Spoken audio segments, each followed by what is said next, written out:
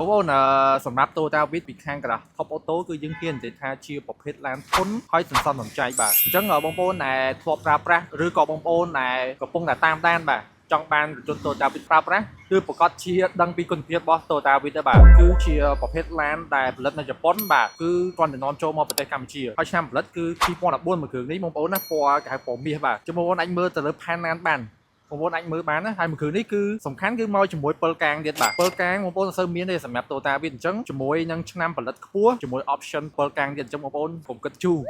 តម្លៃ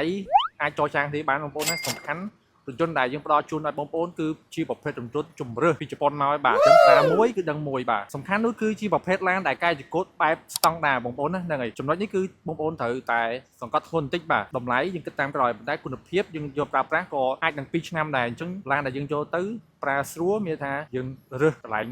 ទិញត្រូវហើយបាទអញ្ចឹងសម្រាប់ក្រៅអូតូគឺរថយន្តដែលយើងលក់ចេញឲ្យប្រជាជនគឺបងប្អូនបាទពេញចិត្តប្រើប្រាស់ទៅមិនងាយខូចទេបាទឲ្យតែយើងចូលរួមក្នុងការថែរក្សារថយន្តហើយសម្រាប់មួយគ្រឿងនេះគឺយើងបានរៀបចំទៅលើគុជ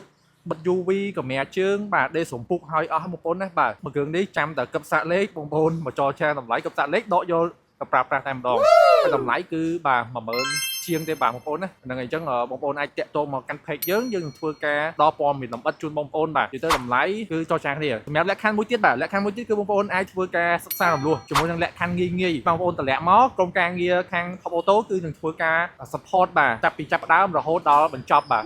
ជោគជ័យមិនជោគជ័យឬអាស្រ័យលើបងប្អូនដែរបាទធ្វើការចូលរួមអញ្ចឹងបងប្អូនដែលមានចំណាប់អារម្មណ៍សម្រាប់មួយគ្រឿងនេះបងប្អូនធ្វើការ inbox ចូលទៅក្នុង page Top Auto បានតែក្រុមការងារយើងធ្វើការ